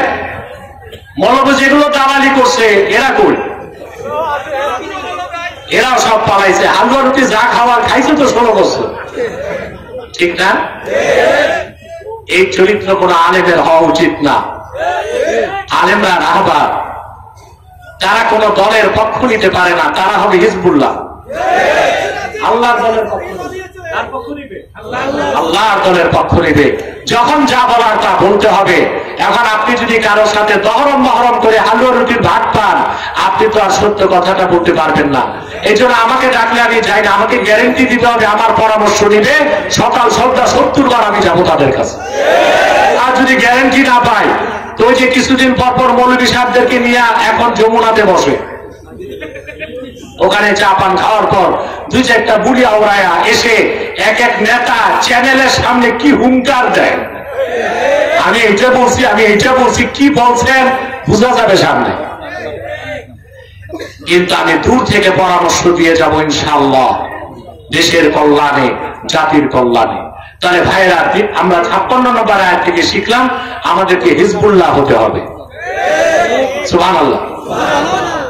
হিজবুল্লাহ যারা আল্লাহর দল, তাদের কোনো ভৌগোলিক সীমানা নাই, দলীয় কোনো প্রতীক নাই, দলীয় কোনো স্লোগান নাই। সুবহানাল্লাহ বলবেন না? 57টি মুসলিম রাষ্ট্রে যেখানে যত মুসলমান আছে খাঁটি ইমানদার, তারা সবাই হিজবুল্লাহ বলেন। সুবহানাল্লাহ। আমাদের প্রিন্সিপাল আইডেন্টিটি, আসল পরিচয় কি? আমরা বাংলাদেশী? জি না। আমাদের প্রিন্সিপাল আইডেন্টিটি, মূল পরিচয় কি? আমরা বাঙালি, বাংলাদেশী। কথা বলে না। জাতীয়তাবাদী, ধর্মনিরপেক্ষতাবাদী, সমাজবাদী। আমাদের প্রিন্সিপাল আইডেন্টিটি, আমরা উম্মতে মুহাম্মদী মুসলমান। দুনিয়ার যেখানেই মুমিন আছে সব এক দল, হিজবুল্লাহ। সুবহানাল্লাহ বলে, হিজবুল্লাহ আল্লাহর দল বলে। সুবহানাল্লাহ। এই পরিচয় আমাদের হৃদয়ে লালন করতে হবে। মোস্তাফা কামাল পাশা আতাতুর্ক মুসলমানদের মধ্যে যে জাতীয়তাবাদের 20 ভাগ ভোট ঢুকিয়ে দিছে, এটা আমরা বিশ্বাস করি না। সে 57টা মুসলিম রাষ্ট্র, আজকে আমরা 57টা ভাগ হয়ে গেছি। ভৌগোলিক সীমানায় আমরা আমাদের জাতীয় পরিচয়কে সীমাবদ্ধ করেছি। মুসলমান হচ্ছে আল্লাহর দল, হিজবুল্লাহ। তাদের কোন ভৌগোলিক সীমানায় তাদের পরিচয়কে আটকানো যায় না। দুনিয়ার যেখানেই মুমিন আছে, সে যদি খাঁটি ইমানদার হয়, সে হিজবুল্লাহ, সে আল্লাহর দলভুক্ত বলেন। সুবহানাল্লাহ। তার বইতে যদি আল্লাহর দল থেকে বের হয়ে যায়, আর একটাই দল আছে, ওটা হচ্ছে হিজবুল শয়তান। হিজবুত ওটা শয়তানের দল। শয়তানের দলে যাইয়া আমরা জাহান্নাম খরিদ করতে চাই না। রাজি আছেন? আল্লাহ আমাদেরকে কবুল করুক, মঞ্জুর করুক, বলুন আল্লাহুম্মা আমিন। সাদাকাল্লাহুল আযীম ওয়া সাদাকা রাসূলুহুল নবিয়্যুল কারীম ওয়া নাহনু আলা যালিকা মিনাশ শাহিদিন ওয়াশ শাকিরিন ওয়ালহামদুলিল্লাহি রাব্বিল আলামিন। এই ওয়াজ হয়ে গেছে, চলে যাবা। তোমাদেরকে তোমরা কি আউলিয়া কেরাম যে মুনাজাত লাগে না? একটা মানুষও দাঁড়াবেন না, বরং যারা দাঁড়ায় আছেন বসে যান, ওখানেই বসে যান। সম্মানিত সুধী,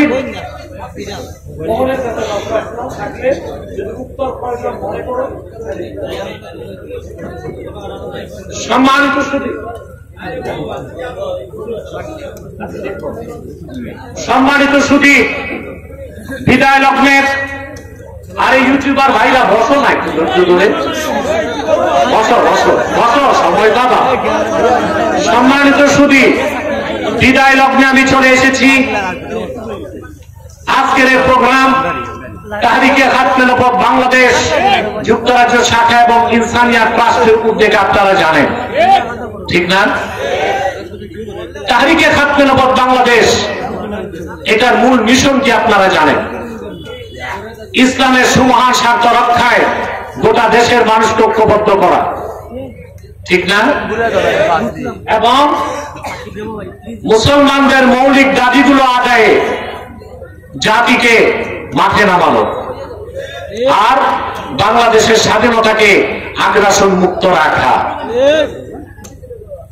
তোমরা ডিস্টার্ব করছো ভাই, বসো বসো, এক সেকেন্ডে বসো, এক সেকেন্ডে বসে যাও। সম্মানিত সুধী, কথাগুলো শুনতেছেন? তিনটা স্বার্থে আমরা এক হয়ে যাব, রাজি আছেন? কে কমি, কে আলিয়া, কার গোল টুপি, কার লম্বা টুপি, এগুলো আমরা দেখবো না। তিনটা স্বার্থে এক হয়ে যাব।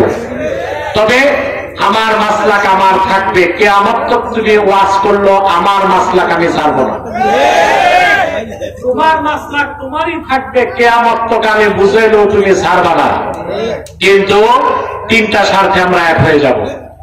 ইসলামের সুমহান স্বার্থ রক্ষায় আমরা ঐক্যবদ্ধ হয়ে যাব। মুসলমানদের মৌলিক দাবিগুলো আদায়ে আমরা ঐক্যবদ্ধ হয়ে যাব। আর বাংলাদেশের স্বাধীনতা রক্ষায় আমরা এক থাকবো। আমাদের এই তিনটি স্বার্থের বিরুদ্ধে বাংলাদেশে কাজ করতেছে তিনটি অমুসলিম সম্প্রদায়। তার মধ্যে সবচেয়ে জঘন্য হচ্ছে কুখ্যাত কাদিয়ানী সম্প্রদায়। নিঃসন্দেহে তারা কাফের এবং অমুসলিম।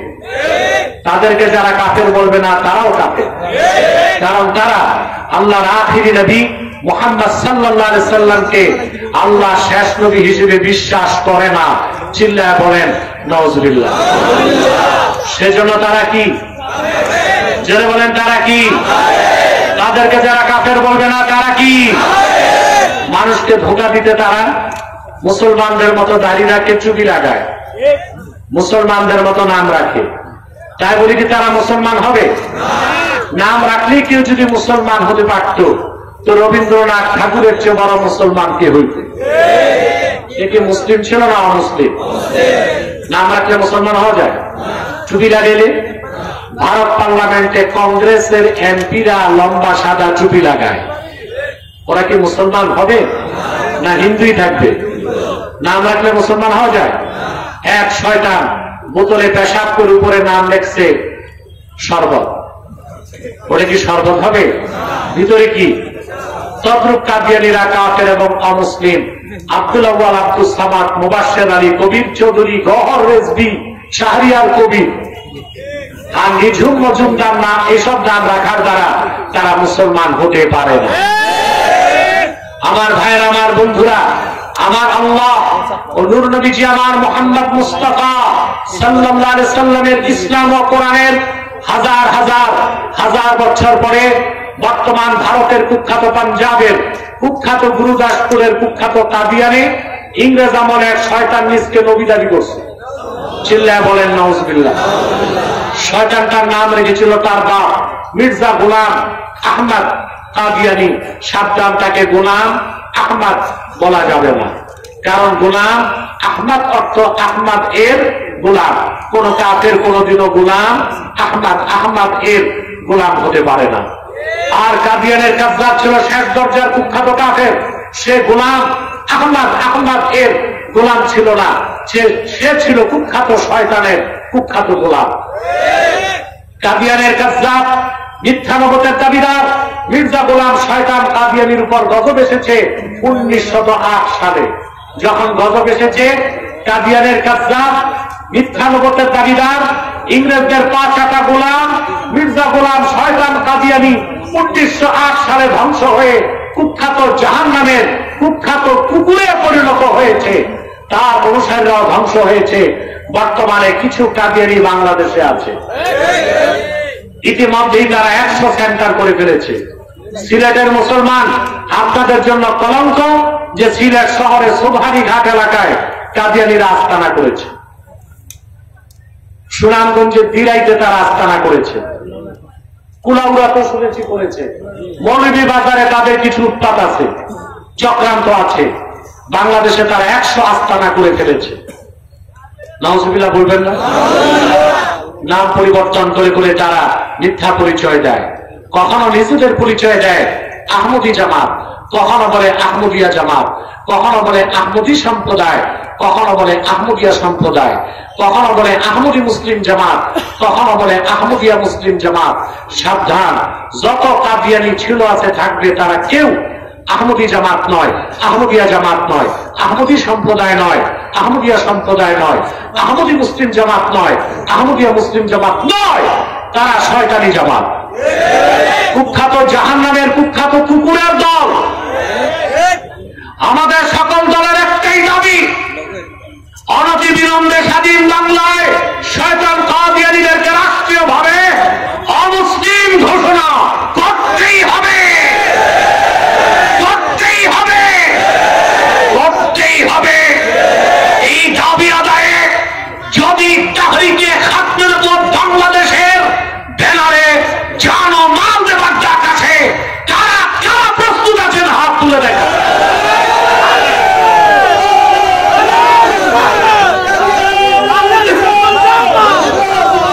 সম্মানিত সুদীপ, কাদিয়ানীদেরকে অর্থনৈতিক সহযোগিতা করবেন না?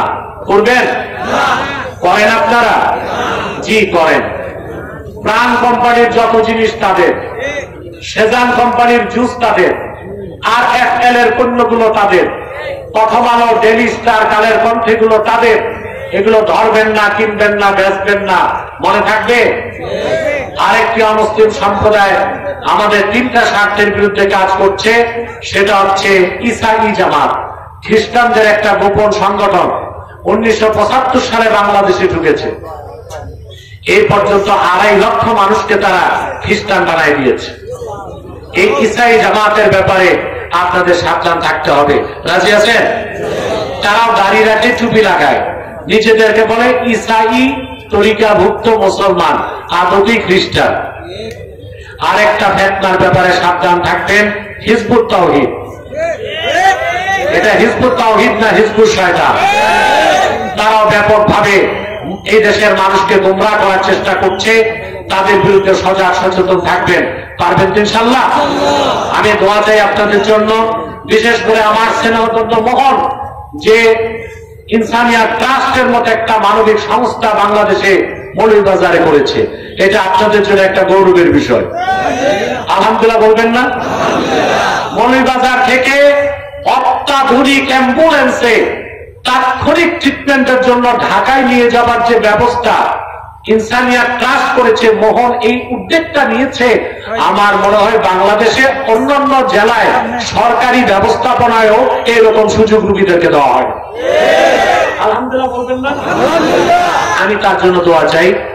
আলহামদুলিল্লাহ, তাহরিকে খাতমে নবুওয়াত বাংলাদেশ যুক্তরাজ্য শাখার খেদমতের দায়িত্ব আমি তাকে দিয়ে রেখেছি। ব্রিটেনে আরো লোকজন আছে যারা কাজ করেন, তাদের জন্য দোয়া করবেন। মৌলভীবাজার জেলা কমিটির জন্য দোয়া করবেন আমাদের, এবং আরো অনেকেই আছেন যারা আমাদের অন্যান্য থানা থেকে এসেছে আজকের মাহফিলে, তাদের জন্য দোয়া করবেন। এবং এই যুবক যারা এখানে, তাদের জন্য খাস দোয়া করবেন। বিশেষ করে মোহনের আব্বা, উনিও খুব সমাজ সেবক মানুষ, আলহামদুলিল্লাহ। তার জন্য দোয়া করবেন। মোহনের আম্মা 2 বছর আগে মারা গেছে, 4 বছর হয়।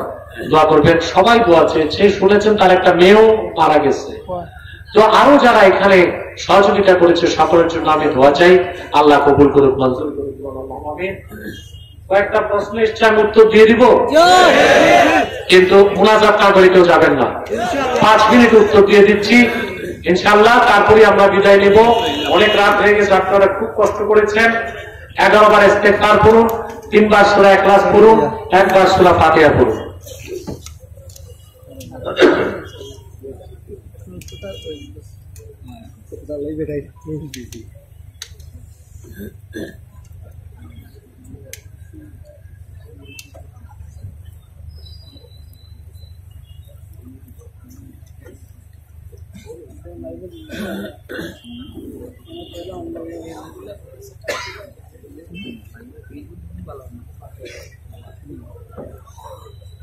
সম্মানিত সুধী, আমি মৌলভীবাজার জেলা পুলিশ সুপারের জন্য দোয়া চাই। তিনি আমার সাথে কথা বলেছিলেন একটু আগে। তিনি অসংখ্য ফোর্স পুলিশ ভাইরা এখানে আছে, দেখতে পাইছেন না?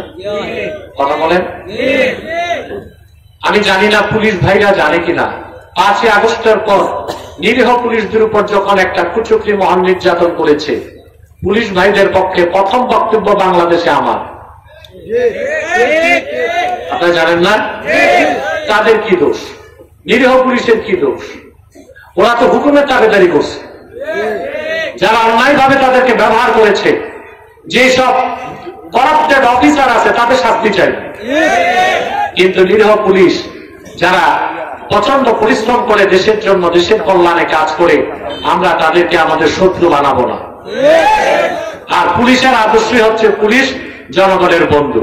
আমরা দোয়া করব বাংলাদেশের পুলিশ যেন কোরআন সুন্নাহর আদর্শে বিশ্বাসী হয়ে এই উপমহাদেশের সেরা পুলিশ সংস্থায় পরিণত হয়। ডিসি সাহেব দোয়া চেয়েছে, তার জন্য দোয়া করবেন।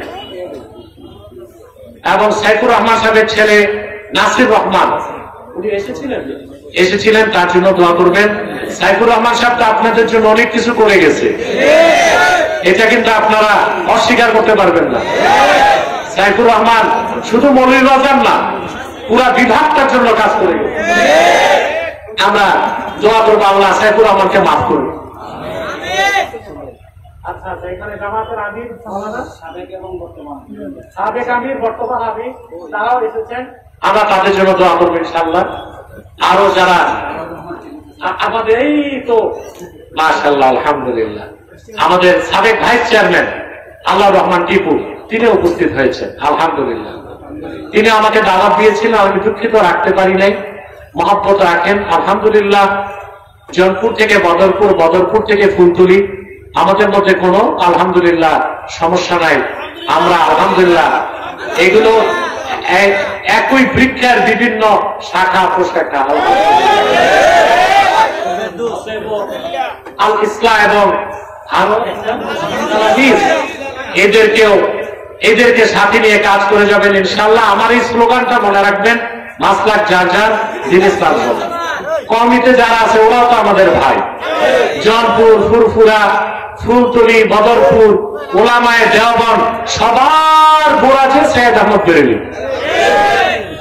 কিভাবে আলাদা করবেন, কি করে?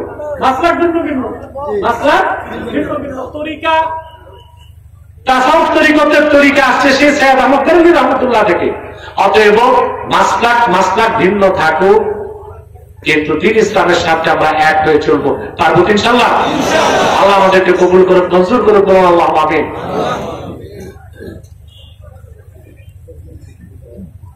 সিরিয়ার সুন্নিদের বিজয়কে আপনি কিভাবে দেখছেন? প্রশ্ন।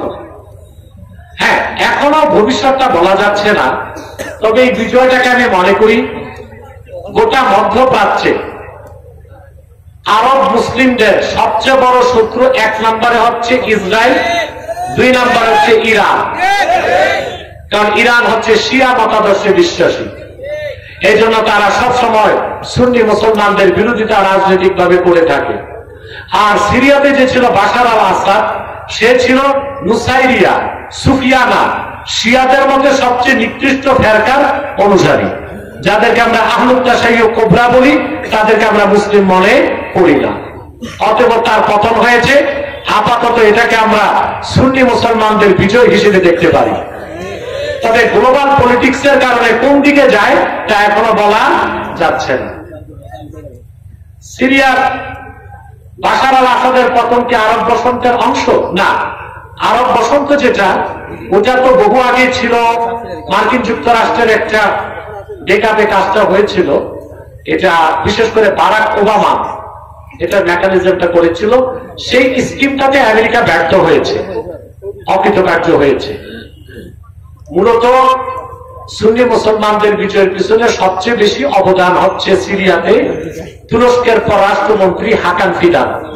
এই হাকান ফিদান তুরস্কের গোয়েন্দা সংস্থা MIT কে তিনি প্রতিষ্ঠিত করেছেন। হাকান ফিদান একজন খাঁটি ইমানদার এবং অত্যন্ত উচ্চ স্তরের পররাষ্ট্রনীতিবিদ, সাথে সাথে গোয়েন্দা বিদ্যাতেও তার PhD ডিগ্রি আছে।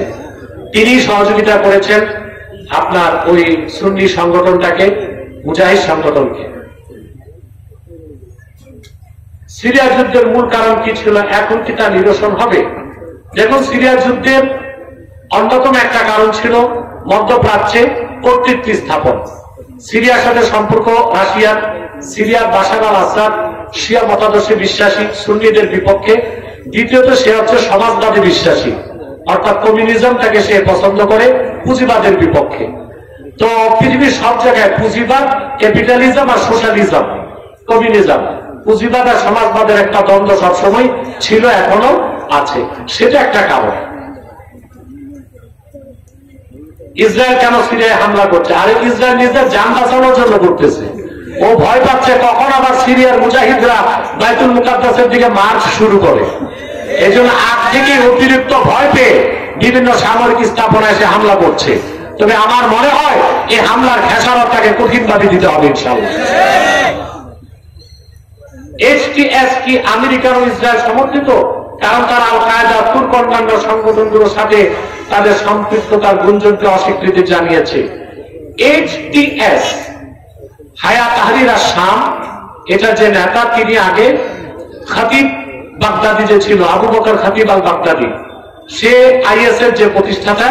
তারা মূলত সবাই আল কায়দার সাথে ছিল, পরবর্তীতে বিভিন্ন কারণে বের হয়ে গেছে। IS যেটা, এটাকে আমি সন্ত্রাসী মনে করি, এটার কোনো জিহাদি আদর্শ নাই। তবে HTS এরা মুজাহিদ এবং এরা জিহাদের আদর্শকে গ্রহণ করেছে।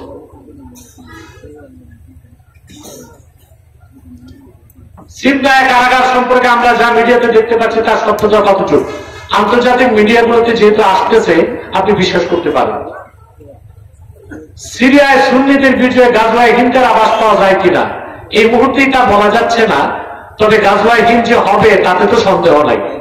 আর গাজওয়ায়ে হিন্দের বাহিনী হিন্দুস্তান বিজয় করার পর তাই ইমাম মাহদী যখন আত্মপ্রকাশ ঘটবে তার সৈন্যবাহিনীতে যোগ দিবে।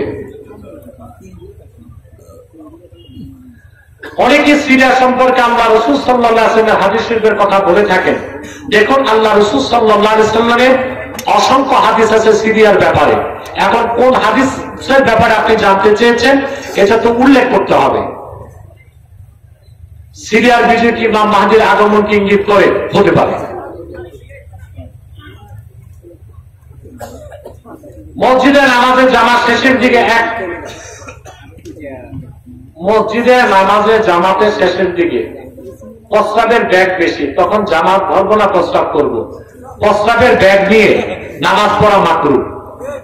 আর আপনি মাকরুহ অবস্থায় নামাজ পড়লে নামাজ আদায় হলেও সওয়াব পাবেন না। অথবা আপনি পেশাব করে, ইস্তেনজা করে, পবিত্র হয়ে তারপর নামাজ শুরু করবেন। যদি জামাত ছুটে যায় তবুও হয়ে গেছে না? আর তো কোনো প্রশ্ন নেই।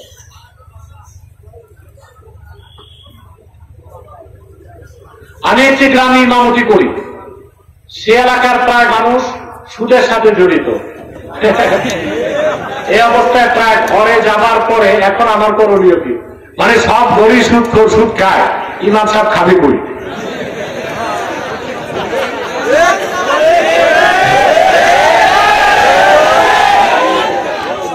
দেখুন,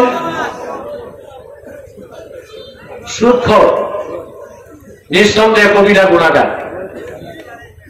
তবে সুদখোর যদি আপনাকে কামাইটা সুদের হয় আর যা খাওয়াবে ওটা যদি কুত্তার গোস্ত না হয়, মানে জিনিসগুলো হালাল হয়, কামাইটা সুদ, কামাইটা কি সুদের টাকায়, তাহলে আপনি ইমাম হিসেবে ওই বাসায় খেতে পারবেন ফাতোয়া, আর তাকওয়া হচ্ছে খেতে পারবেন না।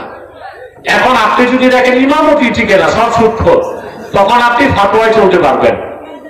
আর যদি আল্লাহ সুযোগ দেন এই চাকরি বাদ দিয়ে তাকওয়া গ্রহণ করবেন। মৃত গরু বা ছাগল বা হাঁস বা মুরগি খাওয়া না জায়েজ, তাহলে মৃত মাছ খাওয়া কেন জায়েজ, এর দলিল কি? আচ্ছা দলিল আছে, আরে মিয়া দলিল আছে তো। তোমরা কি গরু বা মুরগি, ছাগল বা হাঁস মাইরা শুটকি বানায় খাও? আর মাছ হিসাবটা একটু ভিন্ন। আর সবচেয়ে বড় কথা, শরীয়তের কোন বিধানে যদি কেন কি এগুলো তালাশ করা যাবে না। হাদিস শরীফ আছে, হাদিস শরীফে আছে যে মৃত মাছ খাওয়া যাবে, এই জন্য খাওয়া যাবে। কিন্তু যুক্তি খুঁজতে গেলে যুক্তি হচ্ছে গরু মরে গেলে কিংবা বকরি মরে গেলে কিংবা মুরগি মরে গেলে ওইটারে কি শুটকি বানায় খান? কথা বলেন। আর মাছ ওটা তো মাইরেই শুটকি বানান, ব্যাপারটা শুটকি বানান না, আর শুটকিটা মজা করে খান। চিটাঙ্গের মানুষের কাছে তো শুটকি অমৃত, আপনারা যেমন বল মাছ ছাড়া মেহমান খাওয়ান না, ওনারা মেহমান শুটকি ছাড়া মেহমানদারি করে না, অথবা মাছের হিসাবটাই ভিন্ন। ইসলাম বলতেছি শিরক কত প্রকার ও কি কি, ভুলবশত বা অজান থেকে কুফর বা শিরক করলে তাওবার মাধ্যমে কি তা ক্ষমা পাবে? শিরক ৮ প্রকার, আর প্রধানত 2 প্রকার, একটা শিরকে আকবার আর একটা শিরকে আসগার, একটা শিরকে জারি আর একটা শিরকে খাফি। আর প্রত্যেকটা শিরকি কুফর, কিন্তু প্রত্যেকটা কুফর শিরিক না, বুঝতে পারছেন? ইন্না বাইনাল কুফরি ওয়াশ শিরকে ওয়াজহাল উমুমি ওয়াল খুসুস, শিরিক আর কুফরের মধ্যে আম ও খাসের সম্পর্ক। প্রত্যেকটা শিরকি কাজই কুফর, কিন্তু প্রত্যেকটা কুফর শিরক না। এই জন্য প্রত্যেক মুশরিকই কাফের, কিন্তু প্রত্যেক কাফের মুশরিক নাও হতে পারে। তো ইন্না আকবাহাল কুফরে আশ-শিরকু, আর সবচেয়ে নিকৃষ্ট কুফর হচ্ছে শিরক। এখন কোন ব্যক্তি শিরক করুক, কুফর করুক, সে যদি তওবা করে ঈমান আনে, আল্লাহ তারে মাফ করে দিবেন। দলিল এই কোরআন। আল্লাহ বলেছেন والذين لا يدعون مع الله إلها آخر ولا يقتلون النفس التي حرم الله إلا بالحق ولا يزنون, যারা আল্লাহর সাথে অন্য কাউকে ইলাহ হিসেবে ডাকবে না, বুঝতে পারছেন? তারপরে ওই আপনার অন্যায়ভাবে কাউকে কতল করবে না, জেনা করবে না, আল্লাহ তাদের মাফ করবেন, এটা আল্লাহ বলেছেন। তারপরে আল্লাহ তাআলা বলেন যে কেউ যদি শিরক গুনাহগার হয়, শিরক কুফর না করে, আল্লাহ তাকে মাফ করবেন। আর কেউ যদি শিরক কুফরও করে, তারপর যদি তওবা করে, আল্লাহ তাকেও মাফ করবেন। ইল্লা মান তাবা ওয়া আমানা ওয়া আমিলা আমালান সালিহান ফাউলাইকা ইউবাদদিলুল্লাহু সাইয়্যাতিহিম হাসানাত। কেউ যদি কাফের হয়, মুশরিক হয়, তারপর সে যদি তওবা করে ঈমান আনে, শিরক কুফর বর্জন করে ঈমানকে গ্রহণ করে, আল্লাহ তাকে মাফ করবেন আর তার সব গুনাহকে নেক দিয়ে বদল করে দিবেন। আমার লিখিত কিতাব 2টা আছে স্টেজে। নির্বাচিত তাফসীর প্রথম খণ্ড আছে, এখানে সূরা ফাতিহার তাফসীর। নির্বাচিত তাফসীর 2য় খণ্ড, সূরা ইনশিরাহ এবং সূরা ইখলাসের তাফসীর। এই 2টা কিতাব স্টেজ থেকে নিয়ে যাবেন।